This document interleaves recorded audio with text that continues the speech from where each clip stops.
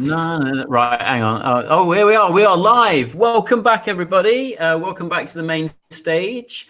We've got an amazing session now. So if you are a developer, this is the session you've been waiting for. And if you're not a developer, you need to learn, because I learned loads from Luca, and I don't do any code or anything like that. But Luca's basically one of my mentors to learn what we can do with this technology, and so what we can build in the metaverse. So Antonia is going to go first. She's going to be discussing for about 20 minutes her presentation. Antonia is going to introduce who she is and what she does and who she works for. And then after 20 minutes, then it'll be Luca. And then there'll be a Q&A afterwards, which I'm going to moderate. So I'll jump in get questions from the chat. So Antonia, I'm going to switch my camera off now, and so enjoy.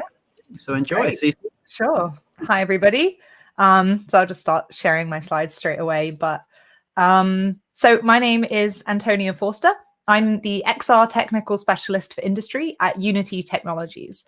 So some of you are probably familiar with Unity already. If not, it's basically a 3D development environment with its own physics that you can use to make games or industry applications or make your own software or anything at all, really. So XR, most of you probably know. If you don't, no worries. It stands for extended reality. And it's just an umbrella term that covers virtual reality and augmented reality and kind of the gray areas in between as well. So my job is to work with those technologies, to develop demos, to push the boundaries of what's possible, and also to create videos and do talks and to empower others to use those technologies as well and allow them to do the same. So today I want to give you a quick sneak peek into the latest innovations in touchless technology, which were really accelerated by the pandemic, and hopefully give you all some very useful information about how to design interactions in the metaverse. And we don't have that long, so I'm actually going to spend only about 5 minutes on each of these topics. So first of all, what do we actually mean by touchless technology? What does that look like? I'll show you some examples that you've definitely interacted with before and others that maybe you haven't. And then I want to show how this tech is actually used in the real world. We've seen some great use cases today, especially for art and creativity. I'm going to be showing more industry use cases so that you know where else you can apply your skills, because XR is becoming a really extremely hireable skill set.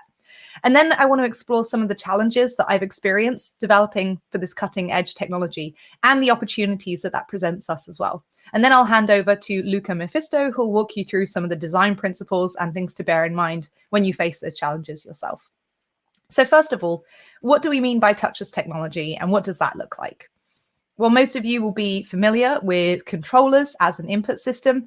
VR controllers typically looking like the ones on the left. So the Oculus Touch is on the bottom there, and the new Valve Index is at the top.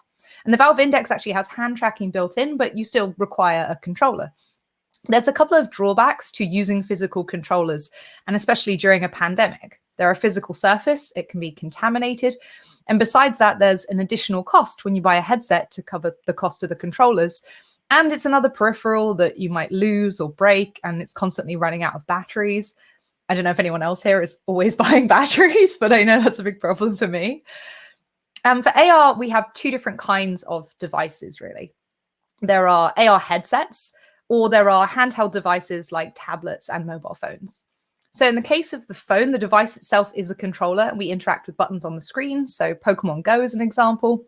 And during the pandemic, the idea of using your phone as a control device for other machines like an ATM took off. So Barclays developed this input system where rather than touch a surface on an ATM, which hundreds of other people are touching, you actually just touch your mobile phone. It's quite clever, and it has some benefits for reducing surface contamination, but wouldn't it be better if we could just gesture in midair and not need to touch anything at all? Well, that's what I mean by touchless technology. So what does that look like?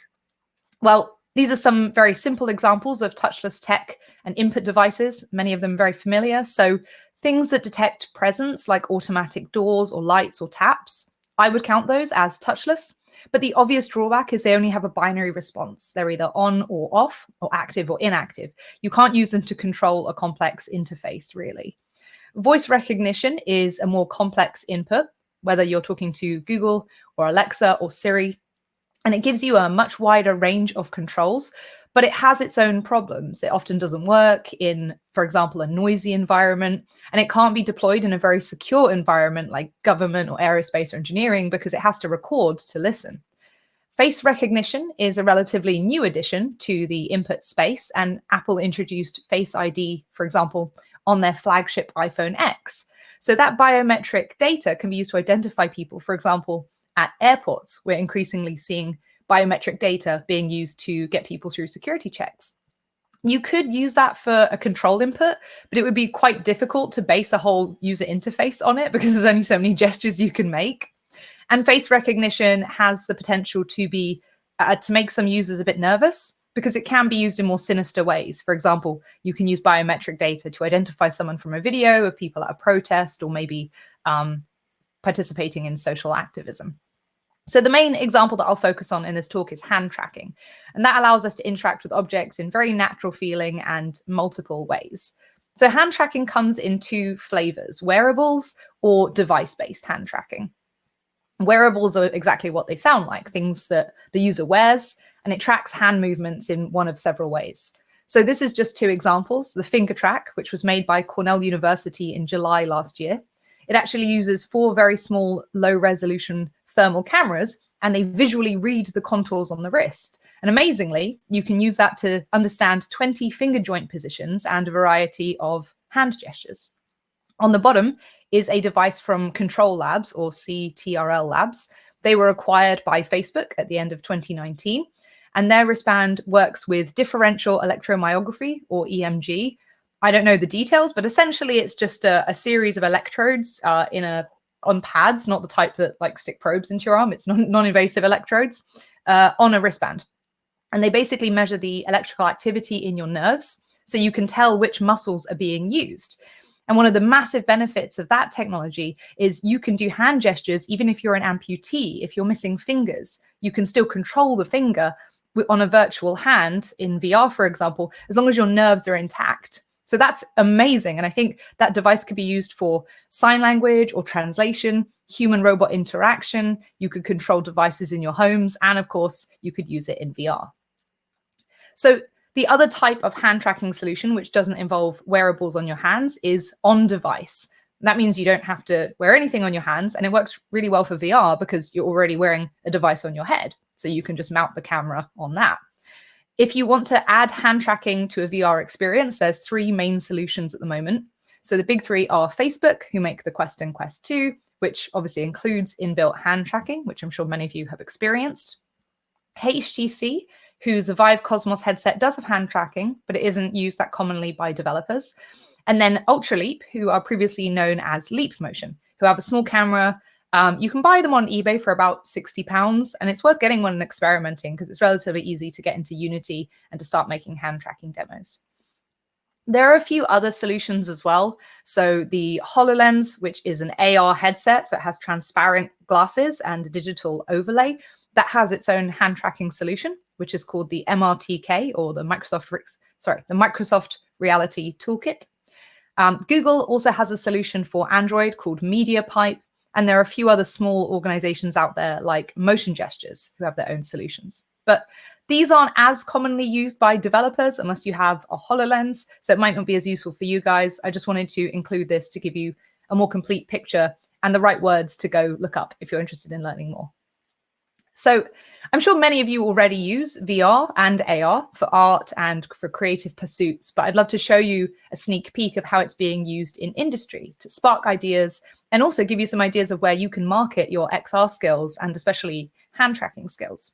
So there is a huge appetite for VR in industry. It's getting bigger every day, and I don't think we often see this covered on the news, but it's something I work quite closely with. One of the problems, though, is that in VR, you obviously can't see your surroundings or your controllers. You can only see the virtual representation of the controllers in the VR world. And that makes it very challenging for new users to learn how to use controllers, especially if those users aren't video gamers and they're not used to any kind of controls. In contrast, when you put someone in VR, the first thing they do is they reach out with their hands. So allowing users to actually use their hands is much more natural, and it's much more universally accessible across cultures and across ages. It doesn't rely on someone having previous experience to VR or to controllers. Now, VR is being used everywhere in industry, but the main place I would say right now is training and simulation. So VR is used to train architects, construction workers, doctors, pilots. NASA uses VR to train astronauts. And VR is especially good for training people in things that are too expensive or too dangerous to practice for the first time in real life. So flying a plane or operating heavy machinery or doing heart surgery. It's also really useful when people don't have access to facilities like during a pandemic. In all of those scenarios, it's a really big benefit to also have hand tracking because a doctor can practice with real tools instead of controllers. Pilots can interact with a virtual cockpit or even a real dummy cockpit, like a prop one. Another cool case for VR is film production. Bonus points if you recognize who this is. It's, I'll pause a second to let anyone guess. So this is actually Steven Spielberg in VR, and he's taking photos inside the VR film set of Ready Player One. So he had an avatar with a small handheld camera, and he walked around the virtual set, planning his shots and requesting changes to the set design before it actually went into production, which saves lots of time and money. So in his case, the controllers acted as a virtual camera, but wouldn't it be better if you could just use your hands and a real camera? That might sound ambitious, but that's exactly what was done on The Lion King. This is obviously not VR. This is actually AR being used for what's called virtual production, which means you mix live footage and computer graphics while shooting to get real-time feedback. So these camera operators were using their traditional tools like dollies and gimbals and drones, and they were able to move those around a studio while filming a virtual savanna. And they could also make changes, very precise changes to the savanna in real time in a way they definitely couldn't in a real savanna. So that brings me nicely onto augmented reality. Unlike in VR, in AR, you can see your surroundings, but you've got virtual objects on top. As I said before, it could be on your phone or it could be on a headset like the HoloLens or the Leap Motion North Star. Using your hands in AR is essential for one main reason. Headsets like the HoloLens are used in industry where the user has to see a real object and has to see some virtual information on top. So a common example is someone who's engineering or performing maintenance on a piece of machinery. That person needs their hands available. They can't alternate between picking up controllers and putting them down, and they need to be able to see what they're doing. So ideally, if they can reach out and tap with a hand on a button, that's perfect. Or if both your hands are busy, you should be able to look at a button and select it or use a voice command. So the HoloLens actually allows all of these different inputs, which makes it a really useful piece of kit in industry. So one example is Toyota. This is one of Unity's real clients, and they used Unity's AR solutions plus the HoloLens 2 to allow their engineers to visualize mechanical processes that are happening inside the car even after it's been assembled.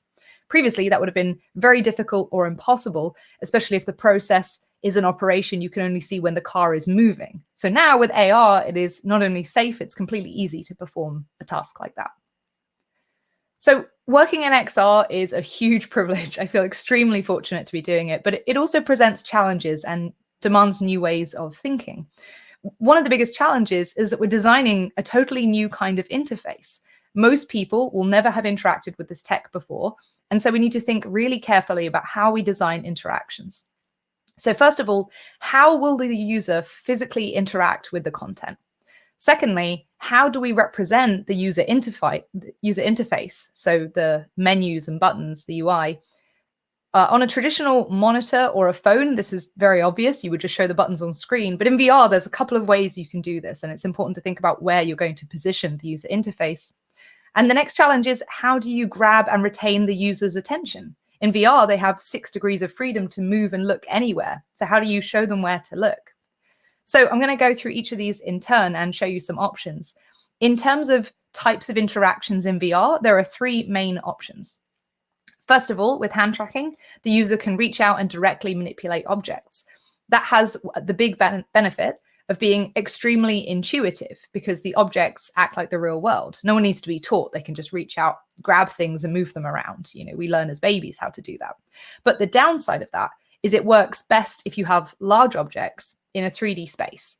If you're trying to get the user to do something very small or detailed for a long time, it either might not work, or if you blow that up to be large, it might be very tiring. One classic example is typing on a keyboard. If you make a virtual keyboard, hand tracking will struggle because you're not moving your fingers very far.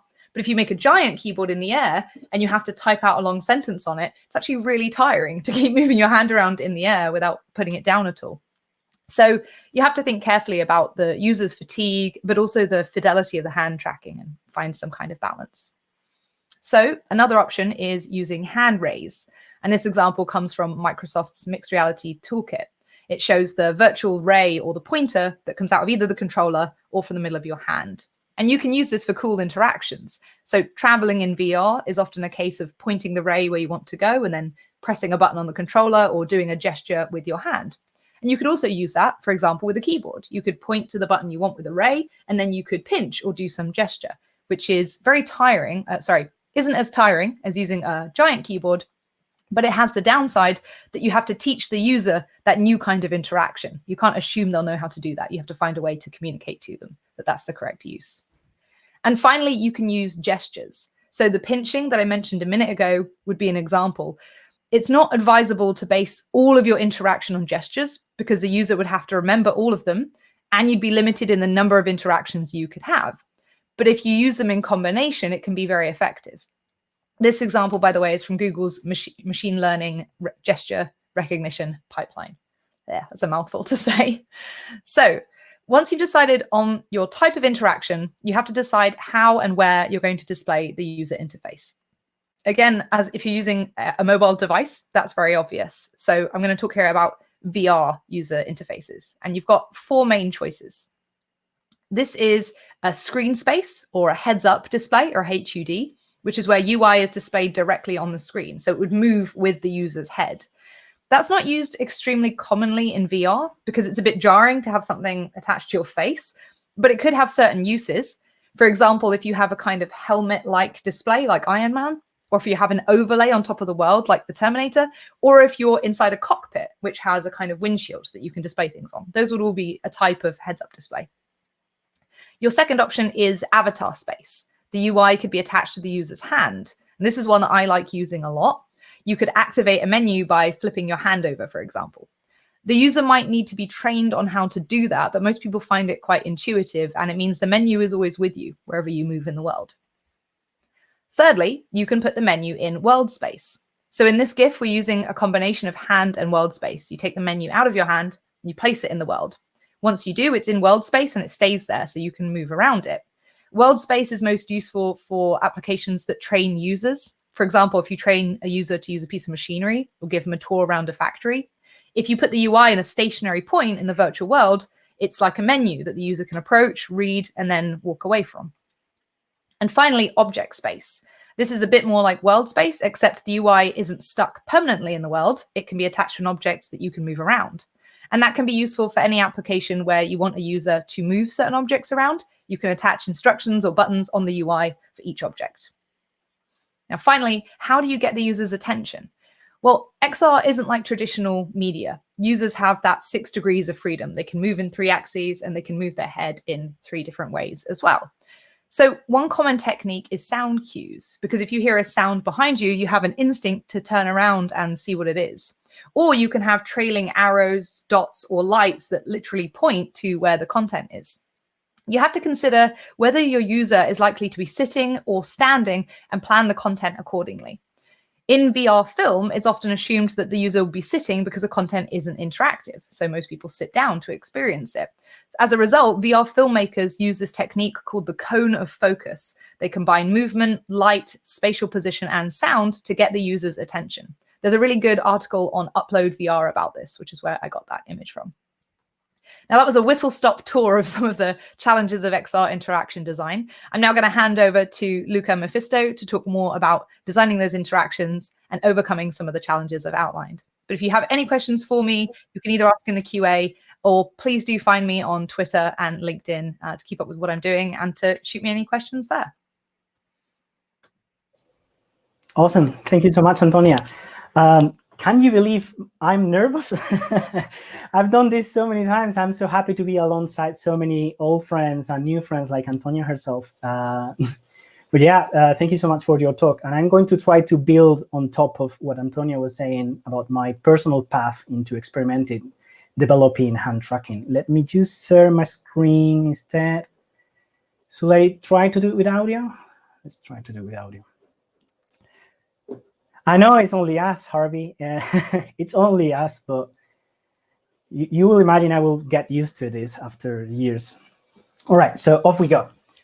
So let me put the timer because you guys know I love to talk too much. So I'm going to be talking about my personal path into designing hand tracking experiences, the trade-offs I have to come out with or resolve, and the decisions I have to take. It's very important that I explain my personal one, because the main thing I want you to take off, there are thousands of different branches and different problems just with hand tracking that is too difficult for me to cover everything in a single talk. And why do we need to design for hand tracking? Well, because hand tracking is not what many people think it is. Hand tracking is amazing, but hand tracking has its problems. And I'm going to be talking about the camera hand tracking Antonia was referring to before, right? I'm going to be talking about Oculus Quest in particular, but it could be the same for the Vive, or it could be the same, well, Cosmos, or it could be the same for the Ultra Leap. It's this type of hand tracking that some people at the beginning thought like, yeah, hand tracking is done, and that's it. Why will we need a controller ever again? We have our hands. It's wrap it up, boys. Everything's done. But then you figure out you have bound problems. You can only use your hands if you're looking at them, and we as humans are really good at using our hands without looking at them. You have occlusion problems, like you cannot do things pointing your fingers away from the camera. You cannot do things that require one hand on top of another hand. Ultraleap is getting much better at this, but still it's an unsolvable problem in the most general use case. You cannot use it well right now if it's too close to your hand, or it's too far away from your face, or if your hand is too close to your face or too far away, it doesn't track well as well. So now you have to rethink all your interaction to happen just in this particular space here. You cannot move your hands too quick. I don't know, the problems are many. The main one as well is like, and this is a very important one, in Oculus Quest, for example, it only works well if you prepare your environment. It has to be a sunny day. You need to have a perfect white background behind it, or it starts breaking apart and glitching out like crazy. And me as a developer, I know it. So when I develop, I on purpose put a great setting, but then my users are super frustrated because of course they don't need to know this. So this is why we as developers need to design around these. These are not problems, these are more constraints of the hardware. We are really used to constraints in VR. This is just another one, it's another opportunity to innovate, I'll say. The two final biggest things that hand tracking doesn't have is haptics. You don't have the feeling of holding an object. You don't have something that can vibrate. And as Antonia was saying, it can get quite tiresome as well. So that said, I'm going to talk about my personal experience, and I'm going to mention just one specific feature, which is from a specific project I was developing some months ago. And we're going to be talking about just grabbing. I'm going to play this video without sound while I talk about this. Okay, I've been working in a neurorehabilitation project.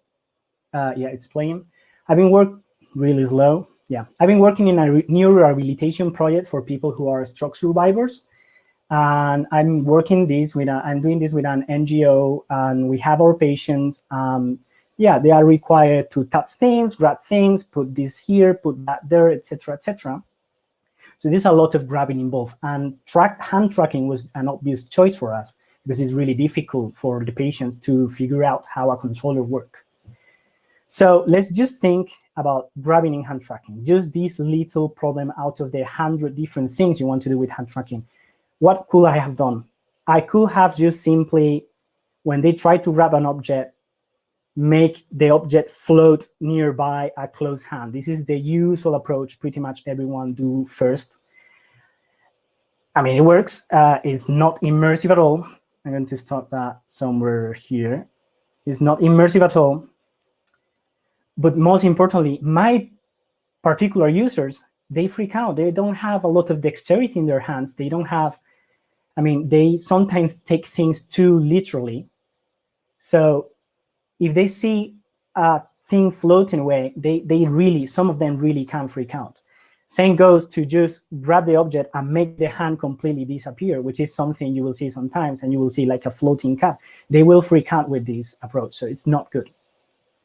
That leaves us with the next solution, which will be pointers, as Antonia was saying as well. This is something that MRTK does really well, and there is actually an MRTK version for Oculus Quest that you can use in Unity. I will put a link in a minute.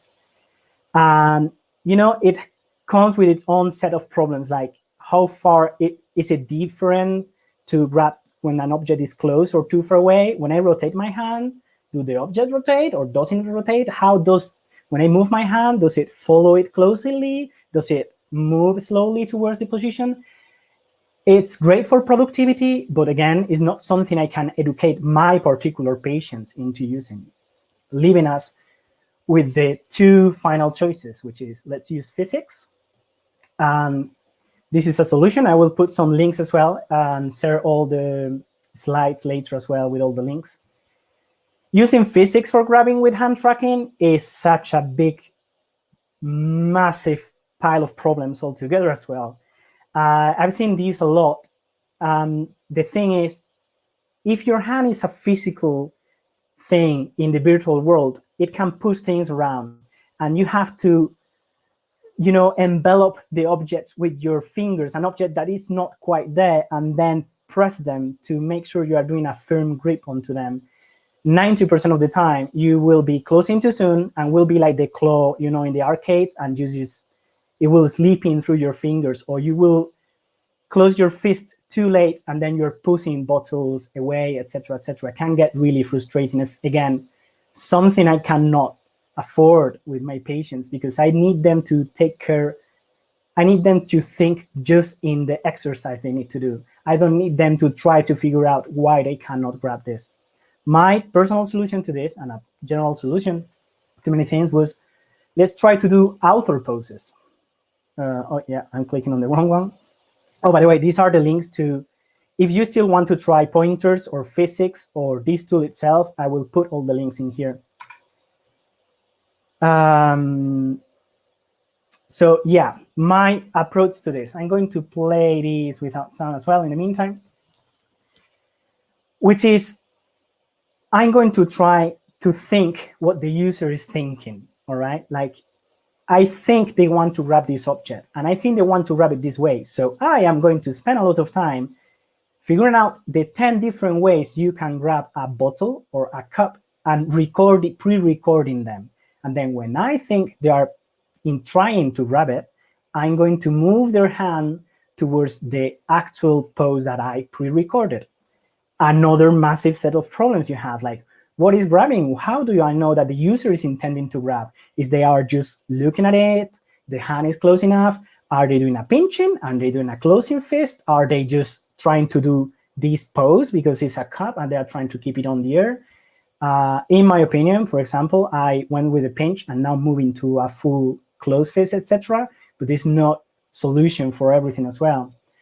Another problem is, like, I am moving artificially the virtual hands of my users to look exactly how I want it to look, so it looks accurate. Can you do that? Does it look good? Is it too fast? Is it too slow?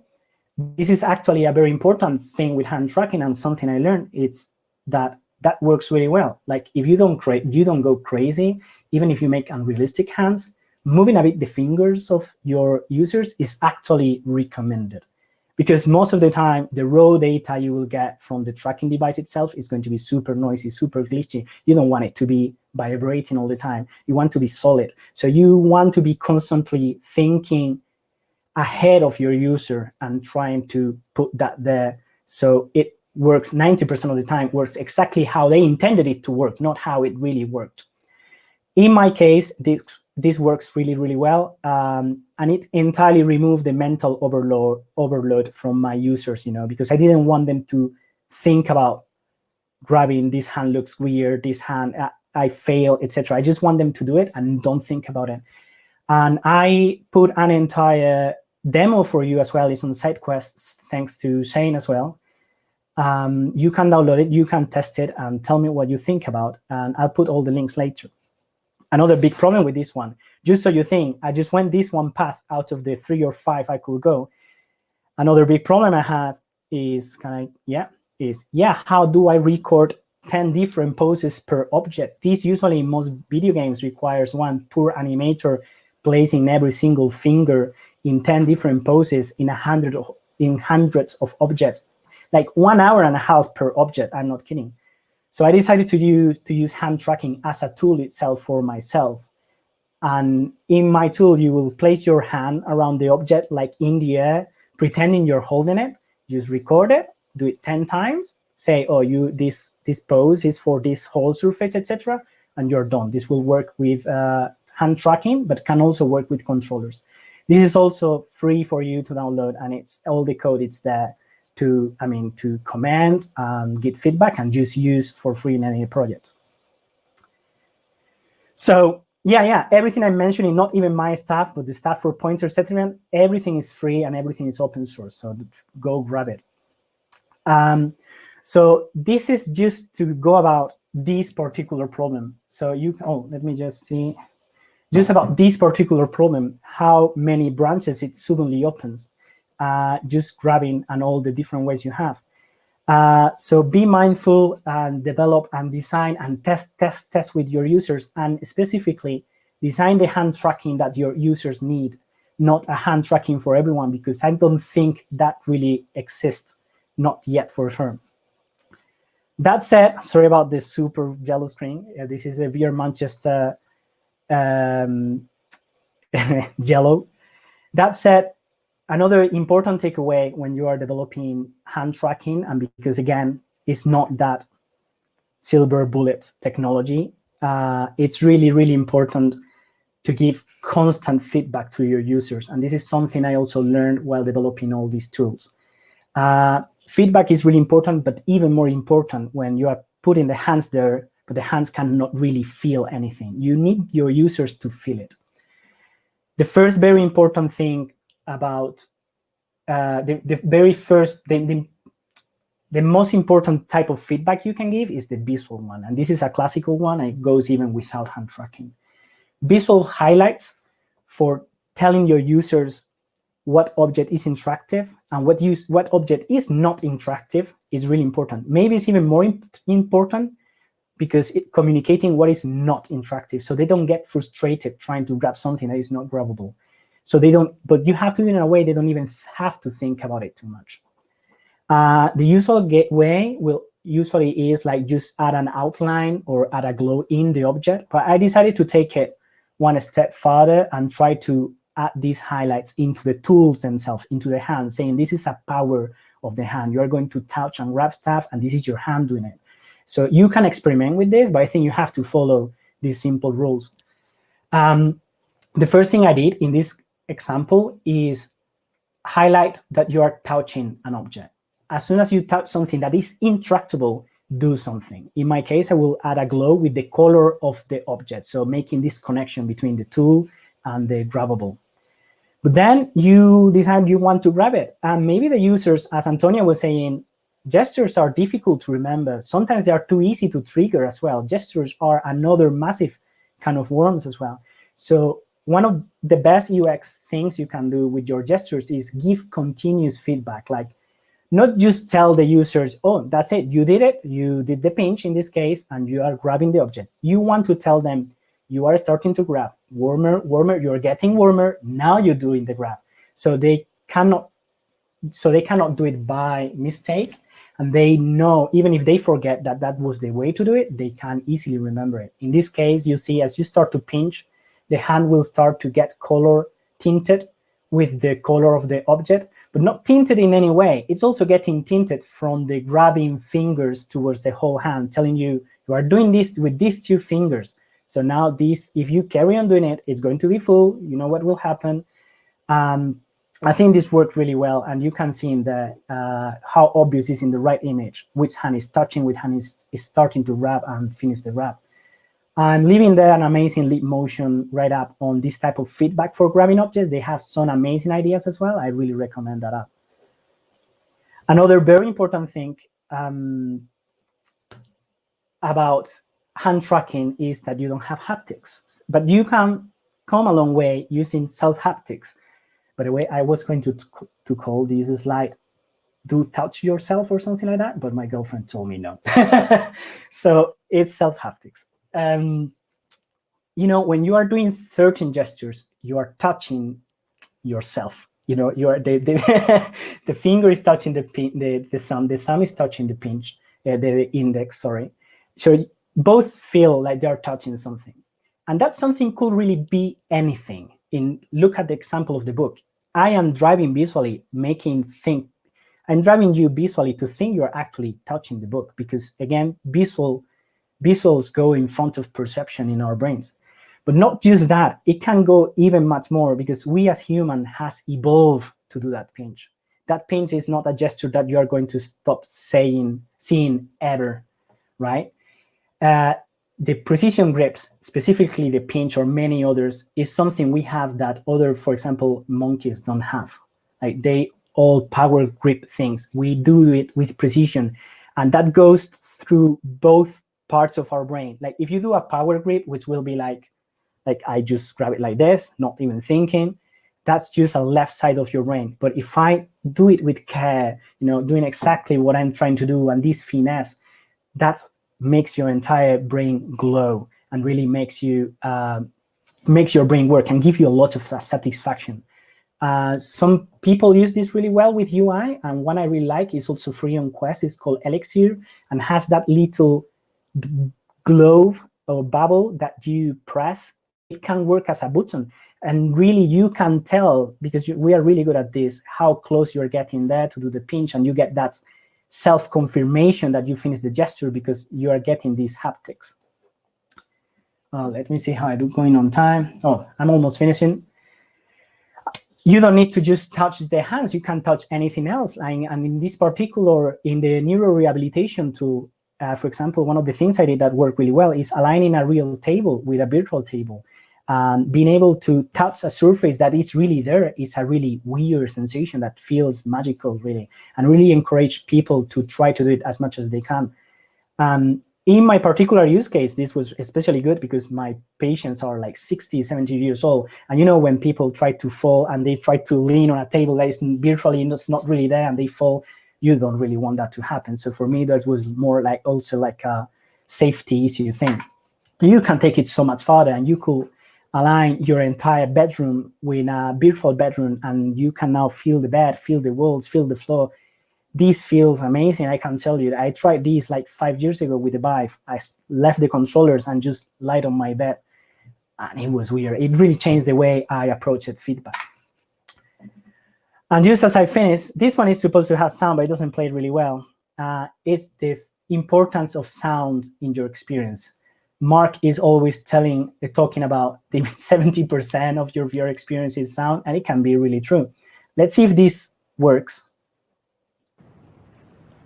Well, they might be a bit too low.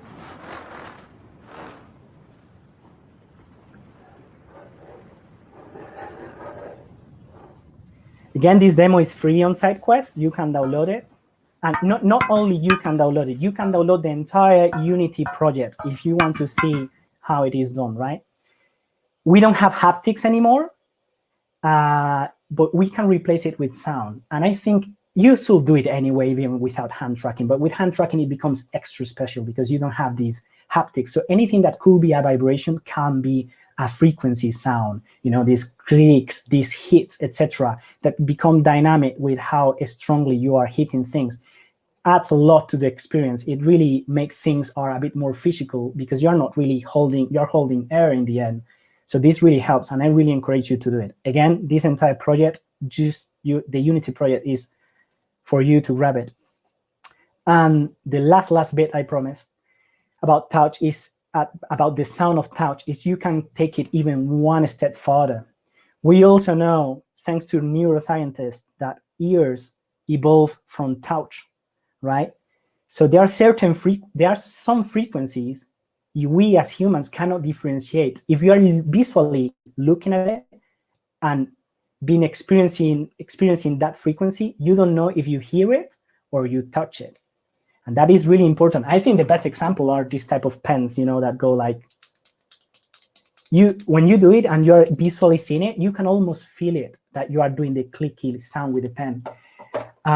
Adding this type of clicky sounds to buttons simply adds a lot in hand tracking, because you can feel in your fingertips that you are doing this clicky thing.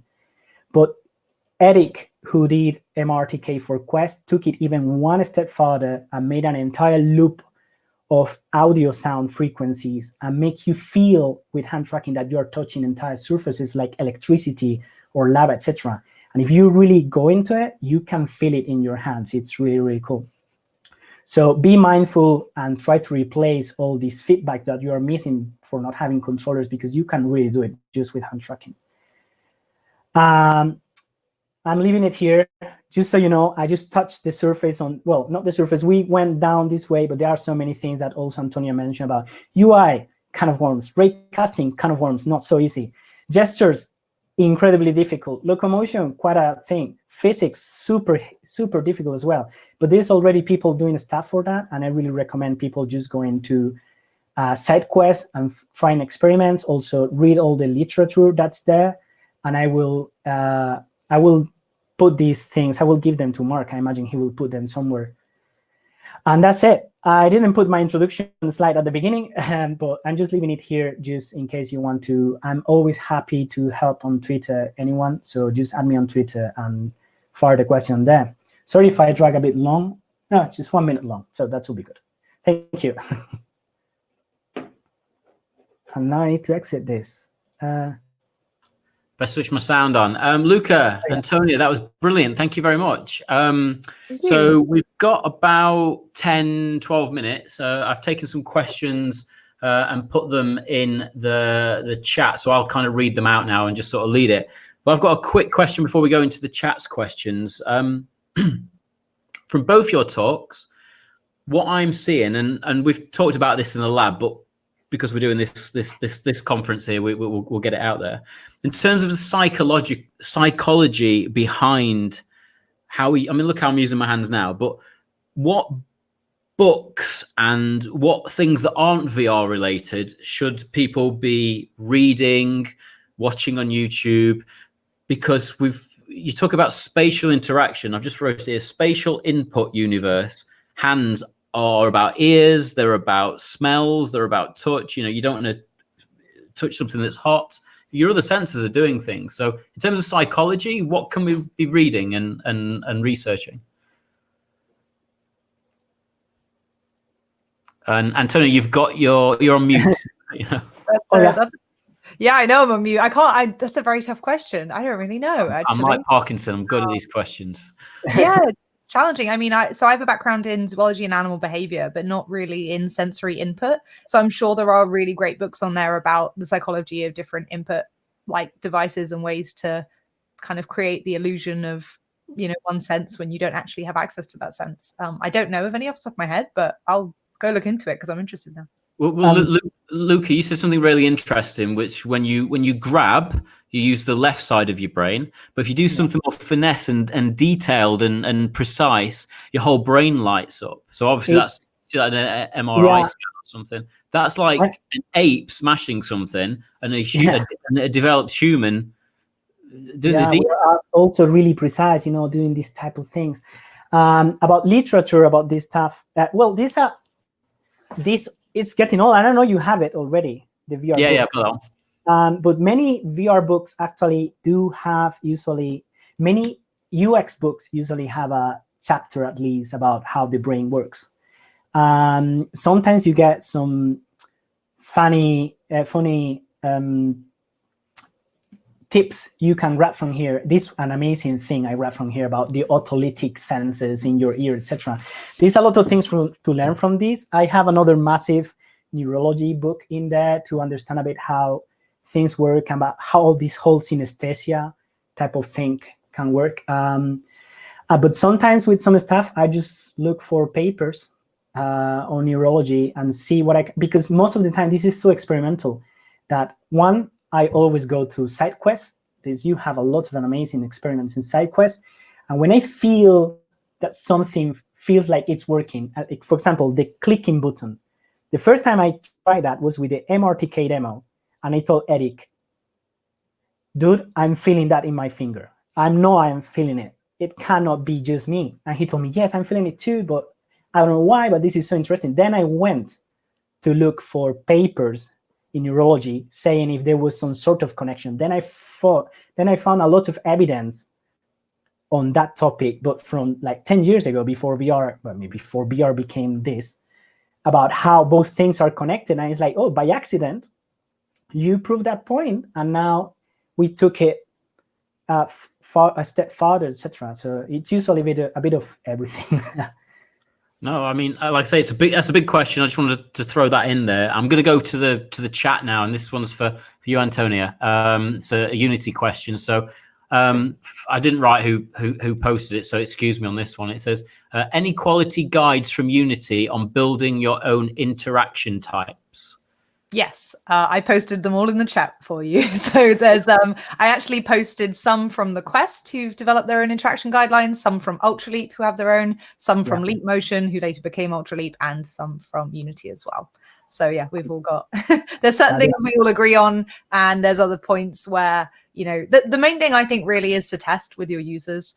That's something I certainly learned at Ultraleap when we were doing things like we had a whole team for interaction design, and no matter what we thought, you know, if you interact with kids, they're going to have a different idea about something. If you interact with someone from a different culture, they might interact with something differently. So whoever your specific audience is, I would prototype, white box your application, and test the interactions. That would be my main piece of advice. But there are certain guidelines and principles that are generally agreed upon. And yeah, I've pasted all those docs in the chat, and I'll send them to Mark as well. Fantastic. Just to strip it back then a little bit. So we went really into psychology there, but let's just bring it back to the basics for people. If they're starting out and they're about to put hands into an experience, what are kind of the worst things you can do, and what are kind of some best cases that you can do for sort of like just starting out on that journey? Because obviously Luca and Antonia, you're quite advanced, so just starting out and we're going to use hands. What's the big no-nos?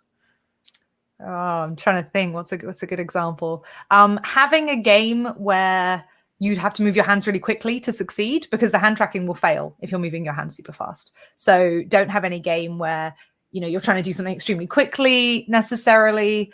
Again, Luca mentioned we're quite good at doing things without looking at our hands, but hand tracking on device might fail in that case. So directing your users' attention away from their hands while they have to keep using them, that would be a no-no. And also doing things that are very small and finicky or very large for a long time. So yeah, the classic one is people say, oh, VR keyboard, you know, type in the air, but like it's really tiring to like type in an email address on a virtual keyboard if it's like 2 meters wide and in the air. So yeah, just consider your users' fatigue. And also, if you have a variety of users, don't make anything that requires someone to reach really high without at least setting the height of the experience first, because some people will be short, some people will be kids. So yeah, just think of all the users. What about you, Luca? Yeah, I'll say the main thing is place the expectations right for your user. Don't make them think that they are going to be able to feel that they can touch something, right? You don't want to get to that point where it feels suddenly they have so much power and suddenly they try to do something and it just doesn't work. So I'll try the power use of hand tracking is when you design it well, you understand the constraints and you try to people not even think that they can do something they cannot do. And I remember really well a really old Leap Motion hackathon ages ago where someone did like something in zero gravity where there were some bubbles and some nuts and bolts floating and you could just touch it a little bit and they will move. And that was, for me, that was the perfect hand tracking experience because you didn't expect more than that, right? Don't try to give them too much freedom, basically. Just manage expectations, really. So we had I think this question it's a popular one. Elon Musk's involved, but like I think we haven't even got anywhere near hands yet. So the question was about brain interfaces. So instead of us having to move our hands around, we're thinking and our email address is typed in, all our data has been taken out of our brain, and but we can play Pong. What are our thoughts on brain interface as an input device? I think people are quick to rush to the dystopian view of, yeah, you know, we've sold our brains, but we can play Pong, right? And like, while that's, I mean, there's some level of truth there in that there are concerns. So, but I would say there are concerns with any input device. So you know, gambling, tech, and addiction, and the attention economy is a really real thing. And apps are generated very deliberately to try and draw our attention away. And as we get things like wearables and headsets becoming the norm, we have things like eye tracking. So we'll be able to see where users are looking. We can then, you know, monetize on, I shouldn't say we, it sounds like I'm doing it. Someone, it's not something I'm doing, can monetize and you understand, cut the feed. Well, exclusive there in the chat. So I would say that in terms of like concerns around data, you know, we're already in that quagmire. We already have phones which are tracking devices. We have, you know, eye tracking and face tracking, and you know, if you have a, you know, what's the word I'm thinking of, national insurance number, like you're on a system. None of us are off grid, right? I don't think they present as much of an additional control mechanism as people think, because there's a lot of noise in the signal, and I think there are some really pro-social benefits that could come from it as well. So one of the massive ones is accessibility. At the moment, we really rely on hand input, whether that's a keyboard or a mouse or hand tracking or controllers. We really rely on hands. People who don't have that kind of mobility, there's very limited options really available. So having neural interfaces, whether they're on an arm or another body part, or whether they're brain-computer interfaces, I think they actually have huge positive implications for accessibility. And I think that's not to be overlooked. But I do agree that there are some like legitimate concerns around that as well. I think it's both further along than people think. There's a lot of confidential stuff happening that obviously I nor anyone else can mention, but it's also more janky and problematic than anyone thinks. So like, we're not there yet. So Luca, playing Pong with your brain in VR, what do you think? Great interface. What's your thoughts? I even seen experiments where they write to the brain as well. Like I tell you with my brainwaves which Tetris piece you should use. I think we're still a long way there. Like, I think at the moment the only good solutions are those that require implants. Some things that are being a bit hyped at the moment, like this thing you put behind here, are not really a useful interface at all. Like, actually, what this one does, it's kind of cheating, I think, because it's more like they just read what they're sending to you already through the eyes. They're just confirming that you're looking at it. So you could do it so much. Have you got one on now, Luca? I've tried. I know how they work, and we had one around. And yeah, it's basically the same as hand tracking, but it takes like 20 seconds. So we're still a long way for that. And I think they're really going to help. But at the moment, it's more about, yeah, are you relaxed? Are your gamma brain waves glowing? So you're relaxed? That type of thing is the only applicable thing I will think about right now, which could be already interesting in neuropsychology or just doing a game what requires you to be relaxed, but not yet like having your pair of hands in VR. I think that's still ages ahead. Brilliant. Well, we're just coming close up on the time. We've got about 3 minutes left.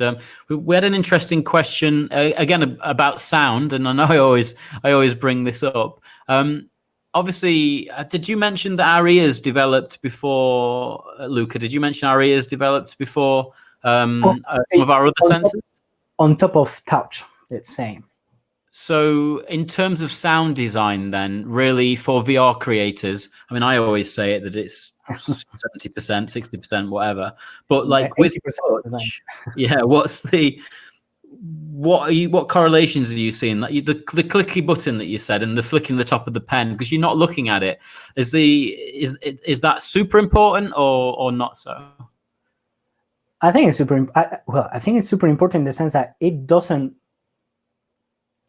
It's never going to hurt the experience. It's only going to make it better, and it's so simple to add. You know, it's so easy to add all the sound things.